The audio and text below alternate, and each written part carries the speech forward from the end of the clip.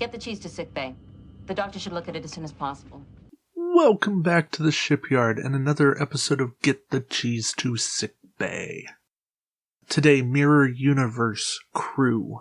Let's just dive right in. First up, we have Alyssa Ogawa. 2 points. Action. Remove one disabled upgrade token from one of your tech or crew upgrades and then perform a scan or evade action as a free action. Love what she does. It's an action to do essentially 2 actions. Yeah, they're specific actions, and she doesn't disable herself. She doesn't put time tokens on herself. Good. Next. Moving on. Andorian Helmsman, 2-point non-unique. During the combat phase, after you complete your attack, you may discard this card to immediately perform a 1 or 2 maneuver, straight or bank only. If you do so, place an Ox power token beside your ship. No ship may be equipped with more than 1 Andorian Helmsman. The only thing I would want to change is to allow the Helmsman to do 1 or 2 hard turns. That's a minor change. For 2 points, this is a pretty good card. For the one-time use, it could easily be a 1-point card, and it would still be viable. So, I guess that's the tweak. Either drop it down to 1 point, or let me also do hard turns. But, as is, it's still okay. Next we have Braille Amtos, a 2-point mirror unique.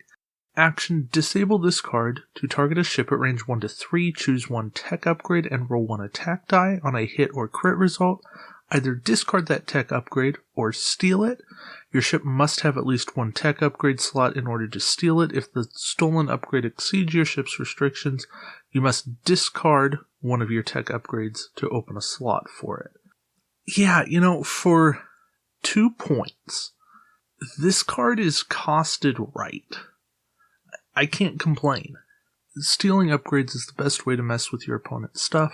They don't have the means of protecting it, although it's really tough to protect tech in the first place. And if they don't have a means of protecting it, you can discard it if you don't have a way to use it for yourself. But for 2 points, you're gambling, and that's okay. The only problem you run into is if your opponent doesn't bring any tech. Tough luck. That's a risk you just have to take sometimes. Next, we have Brunt, 1 point, mirror unique. At the start of the end phase, you may discard this card to target an enemy ship at range 1 to 3. Place an Ox power token beside the ship. It's 1 point. Works once. Okay, cool. Tons of range. No arc restrictions. Again, I don't have a complaint. That's 4 cards in, no complaints. I don't think that trend's going to continue, though.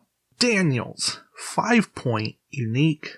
Whenever an opposing ship is required to place time tokens on one of its upgrades, you may discard this card to force that ship to place 1 additional time token on that upgrade. Or, during the combat phase, you may discard this card to choose any number of your dice and re-roll them. The first part of this card effect doesn't see enough play.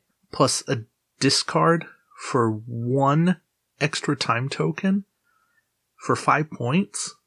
That's a ridiculous cost. Maybe for 2 points? Maybe. The other side of this, target lock at will, that's got a place. But again, it's not worth 5 points. And essentially, this card is useful only for the second half, and then the first half maybe is worthwhile once in a while. Because right now, WizKids only thinks of time tokens as something that weapons use, and then temporal conduit. And that's basically it. They're not used for crew, they're not used for other upgrades, they're not using them in interesting ways. So, Daniels doesn't see enough good play. If a lot of my changes were implemented, Daniels might be viable. But the game such as it is, Daniels doesn't have a place. He's way too expensive. If he's 3 points, a target lock on demand, or the ability to add an extra time token, it's there. But I'd like to see him use time tokens himself, because that to me is far more interesting rather than discarding himself. Because in the show, he went away for a while, and then he came back. And then he went away for a while, and then he came back. It makes more sense. Thematicism needs to win. That brings us to Elim Garak. 3 points. When Elim Garak is assigned to a Mirror Universe ship, add 2 to that ship's captain skill number. During the roll attack dice step, you may disable your captain card to gain +1 additional die for that attack. Okay, static +2 captain skill for 3 points is playable. In comparison to Klingon Worf, it's not as good. Worf is a +1 to any captain, but a +3 skill to Klingon captains for 2 points. Garak just needs to do a little something more. Disabling your captain card to get +1 additional attack die doesn't seem right. Maybe disabling himself would work? I don't know there. But yeah, messing with his captain for just an extra die? No, not worth it. Alright, Ezri Tigan, 4 point, very unique of course. Action. Discard this card to target a ship at range 1 to 3, steal 1 tech upgrade from the target ship with an SP cost of 5 or less, even if it exceeds your ship's restrictions. Place a disable upgrade token on the stolen upgrade. Her usefulness boils down to what your opponent is bringing in terms of tech. If they bring tech that you can use, great, and if they don't, then she's not worthwhile. It's hard to quantify that, but there needs to be something more than she's got a set cost and you're gambling on what that is. Even if she statically added a tech slot and keep everything else exactly the same, she would be a lot more useful. And I think that would be a reasonable addition to her card. Maybe it's going a little far, but I'm okay with upping that for a card you don't know for sure you're going to use. At least then she's done something. That brings us to Hikaru Sulu. Action. Disable this card to acquire a target lock on an enemy ship within range 1 to 3, and then perform an action listed on your action bar as a free action. He trades action economy. He makes one turn really good, and then the next turn not quite as good, because you have to re-enable him. Maybe it's not the next turn, but it's there. Is he good? Yes. Does he have combos? Oh yeah. Is he something you need all the time? No. Is he something I need to fix? No, not really. I could definitely see a time token version of him. I could see dropping the cost down, but the effect is there and it doesn't need to be changed. It works as is. Han Till is next. This is 5 points. When attacking with your primary weapon during the roll attack dice step, you may discard this card to gain +2 attack dice for that attack. If you targeted an attack squadron with that attack, after resolving the attack, you may immediately make a second attack against the same attack squadron using only 2 attack dice. The number of dice for the second attack cannot be increased in any way. You cannot roll any defense dice during the round you use this ability. One simple statement for clarification. You cannot roll or have rolled any defense dice during the round you use this ability. That clears up everything.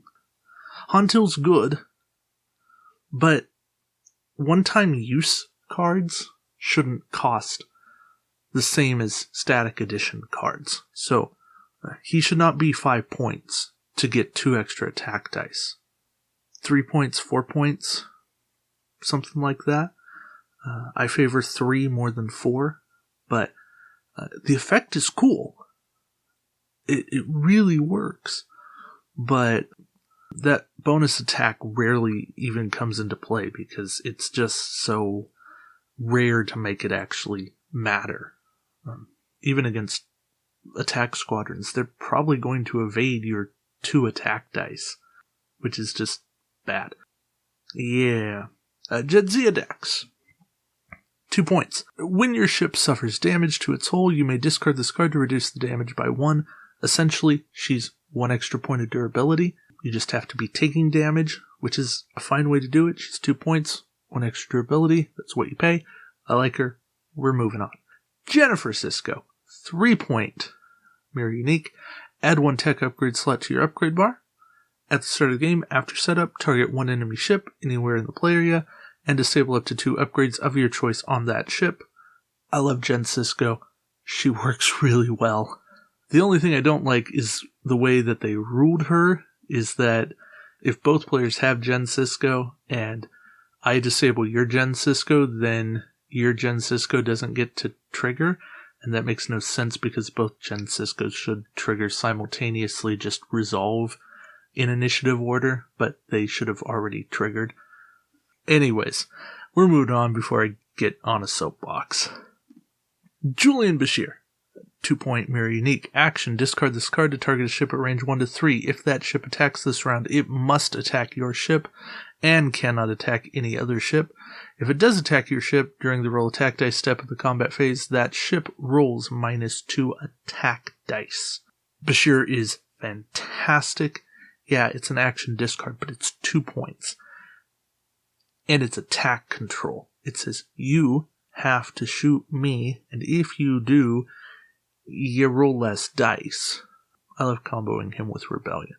There's nothing to fix here. Bashir is top tier. Done. Again, moving on. Marlena Moreau. 3-point unique. One of your elite talent upgrades costs -1 down to 0. So essentially she costs 2. Action. Add +3 to your captain skill until the end phase. Your captain cannot be affected by an enemy upgrade this round. Not a lot of upgrades mess with captains. It's more of the other captains, admirals. I would have liked to have seen her give protection from those, and not as an action but a passive. That would be a cool way to do it. You could even get rid of the action portion of her and just let her be an elite talent discount and a captain protector. But maybe that borders too much into the Lenalis territory. I don't know. But yeah, Marlena has a place in the game. She works here and there. And I like her. I like what she brings to the table. Nell Chilton, 3-point unique. 3-point mirror unique. When defending during the deal damage step, after your ship suffers at least 1 damage to its hull, you may discard this card to immediately perform an additional green maneuver. For 3 points, she is essentially a different version of Andorian Helmsman, except you have to take damage, you have to be shot rather than doing the attack. You're then restricted to green moves versus 1 or 2 straighter banks. I actually feel like she's worse than Andorian Helmsman, but costing more. So I think you just drop her down to 2 points, and then Andorian Helmsman is after you make the attack, Nell Chilton is after you are attacked.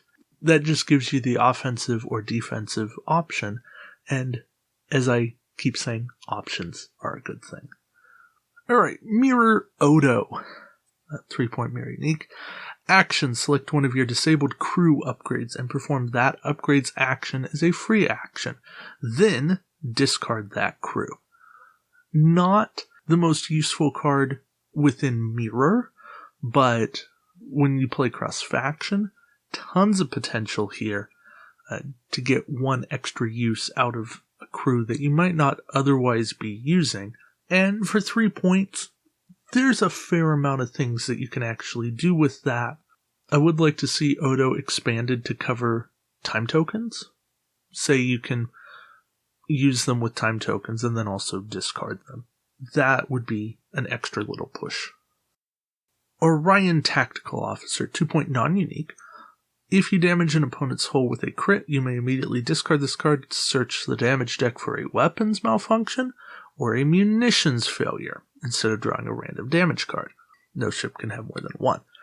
This has its potential. Munitions failure, definitely a worthwhile crit. And weapons malfunction, also a worthwhile crit. Is it something you always want to bring? No, I don't think so. But if your build is doing things to get crits, then maybe you want some control over the crits you're inflicting. It's a thought. So there's nothing to fix here, but maybe something like this should be a 1-point card. Paying 2 points for a chance seems a bit much, but 1 point to do that? Yeah, I'm more on board with that. Alright. Pavel Chekhov, 5-point mirror unique. During the activation phase, you may discard this card and your captain card to perform an action listed on your action bar as a free action. Or action, if you performed a green maneuver this round, add +1 attack die when attacking with a secondary weapon this round. Chekhov suffers from trying to do too many things and thus costing too much. The +1 attack die isn't worth an action, ever. Let alone a conditional action of having to do a green move and only getting it from a secondary weapon. If he was just a static ability that said, if you performed a green maneuver this round, add +1 attack die when attacking with a secondary weapon this round, perfect, done. That would probably be worth 3 points. So a Chekhov card that said that, done, fantastic, we'd be moving on. The other side of him, during the activation phase, the discarding himself and your captain to do one action is a free action. This is a one-time effect that you're paying at least 5 points for. Chekhov plus whatever captain you bring. It's not worth it. It's never worth it. So that's my fix. I want a passive secondary weapon Chekhov that gives me an extra attack die when I do a green move, no action, make it 3 points, I'm happy. I'm not ecstatic, I'm not over the moon about it, but I'm happy. And that would at least really make me think about running him. Rom, 2-point mirror unique action. Discard this card to target a ship at range 1 to 3. Disable up to 2 tech upgrades of your choice on the target ship. This ability may be used against a ship that is cloaked. I like it. Yeah, Rom, fantastic. If you know they're running tech, even better. Even if you don't, you're not losing that much. And the odds are some ship somewhere will have tech to mess with. So yeah, Rom, done. Again, we're moving on. We're down to the final 3 here.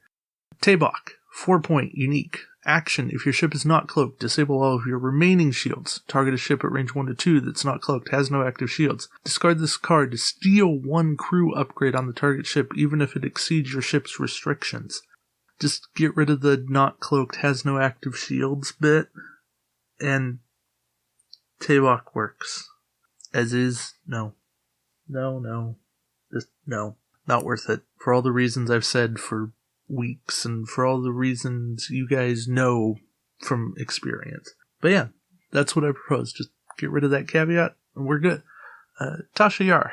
If your ship was just destroyed, discard this card. Target an enemy ship within range 1 to 3, if possible. Immediately make 1 free attack against that ship with 4 attack dice. If the target ship is in your forward firing arc, that ship rolls -2 defense dice against this attack, which means Tasha's attack is 360, and then, if it happens to be in your forward arc, it's even better. So, Tasha is a fantastic card. She gets the last laugh, and I love that kind of a build. You've seen that kind of a build. I don't need to go into more depth on that kind of a build, but Tasha is a great card, and there's no reason to fix her. The last crew is Worf, 4-point mirror unique. If you inflict at least 1 damage, normal or crit, to an enemy ship during the deal damage step of the combat phase, you may discard this card to inflict 1 additional normal damage to that ship. Great effect. Love the timing. Just needs to not cost 4 points. 2 points, 3 points. We're good. 2 points better than 3, of course. But 4 points, a lot to pay for only a one-time effect to do 1 extra damage. So yeah, that's Mirror Universe Crew.